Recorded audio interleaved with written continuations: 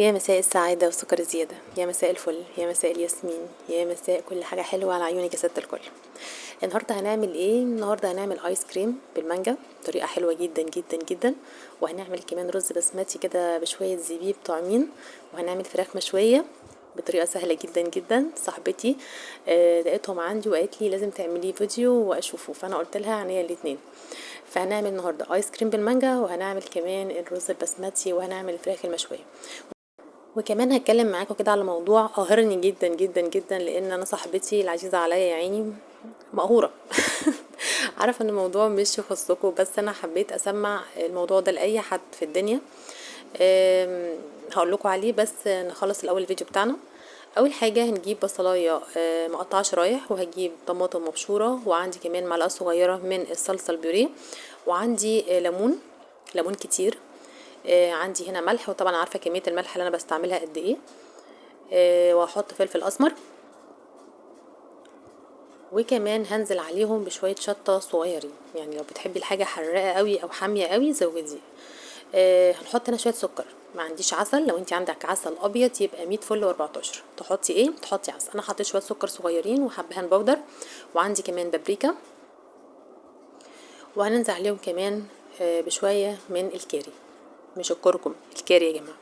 هنقلب بقى تقليبه حلوه، وانا التقليبه دي على فكره مش مريحاني، يعني انا بحب جدا ادخل كده بايدي واديها كده بايدي كده ضربتين.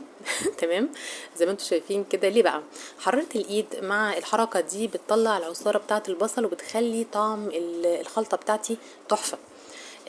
طبعا انا ايدي غسلها 1000 مره، يعني انضف من الصيني بعد غسيله، فما حدش يقول لي انت مش لابسه جوانتي ليه او جلافز او الكلام ده. انا جلافز ما بحبوش خالص. بحب المس الحاجه بايدي كده واحسها وانا بشتغل. معرفش. بس أنا الحمد لله غسله ايدي يعني زي الفل، فما حدش يعرف يا جماعه. بعد ما خلصنا الكميه كلها زي ما انتم شايفين، طبعا انا هغطيها واحطها في التلاجة شويه، تقريبا ساعتين 3، ممكن تعمليها من قبلها بيوم، هتبقى احسن بكتير. طبعا هاخدها دلوقتي احطها على جنب كده، انا سبتها تقريبا ساعتين، وبعد كده احطيها على النار لغايه لما تستوي، بتحطيها تحت الشوايه. هي دي طريقتها ومفيش اسهل من كده. تعالوا بقى نعمل شويه الرز المدلعين بالزبيب، يلا بينا. هتجيبي ماده دهنيه وتنزلي عليها ببصلايه متوسطه الحجم، وهتنزلي عليها بكوبايه من الشعريه. انا بحب الرز البسمتي بالشعريه، والكل عندي بيحبه بالشعريه. انت لو بتحبيش بالشعريه مفيش اي مشكله، شيلي خالص الشعريه. البهارات بتاعتي ايه؟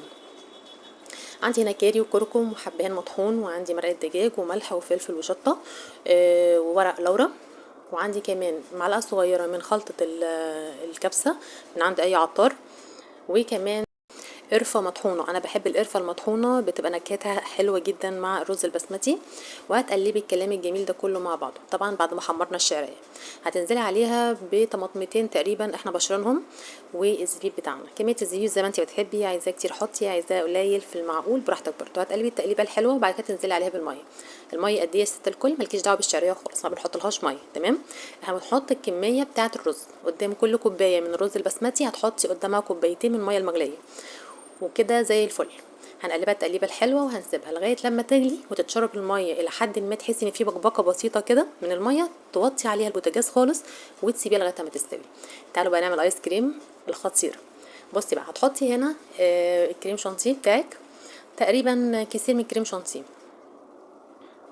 حلو كده، حلو كده. هتنزلي عليها بايه تاني؟ هتحطي عليها كيسين من الفانيليا. صدقيني الطريقه بتاعه الايس كريم دي تحفه.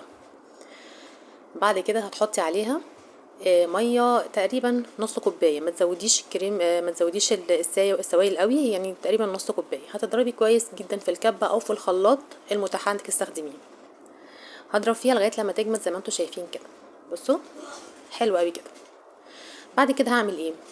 طبعا هحط المانجا بتاعتي. المانجا بتاعتي لازم تكون مفرزاها، لازم تكون متجمده. حلو كده، حلو كده، وخلصت حطيت الكميه كلها. طيب بقى، هتحطي ايه؟ هتحطي عسل، هتحطي سكر. انا طيب زي ما قلت لكم في اول الفيديو ما عنديش عسل، فانا طبعا هسكرها بالسكر بتاعي.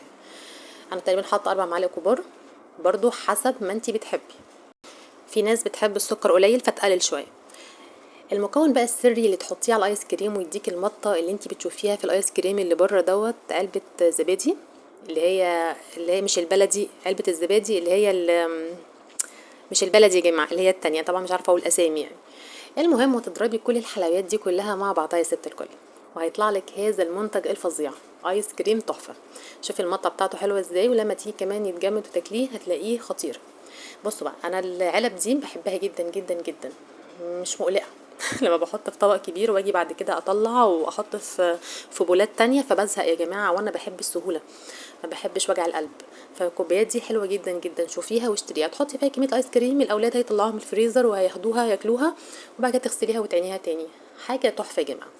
بعد كده هتحطي شويه من المانجا اللي مقطعينها كده ومقطعينها وضربينها بالشوكه، مش في الخلاط ولا في اي حته، يعني بالشوكه كده بس، خليها قطع بس صغيره. ونحط شويه كراميل، نجربي بس الطريقه دي ودايلي. وبعد كده تحطي الايس كريم فوقيها، حلو جدا جدا جدا. بعد كده هنعمل ايه؟ ولا حاجه. هنقفل عليها الغطا ونحطها في فريزر لغايه لما تجمد.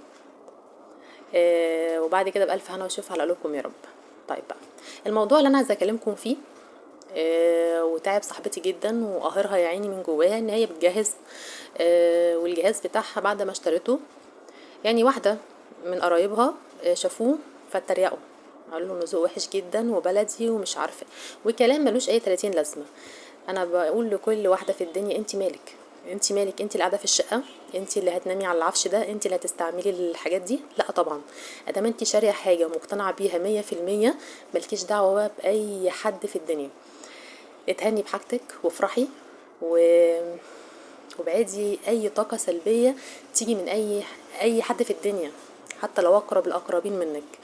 ادام انت مقتنعه باللي انت بتشتريه، وادام انت مبسوطه من جواكي، خلاص ولا يهمك اي حاجه. وعيشي وتهني والف الف مبروك. لو عجبك قناه ست الكل، يا ريت تشتركي عندي في القناه وتفعلي الجرس وعشان يوصلك مني كل جديد. وقولوا ايه رايكم في الموضوع ده بجد، علشان صاحبتي مقهوره. اشوفكم المره الجايه على خير، مع السلامه.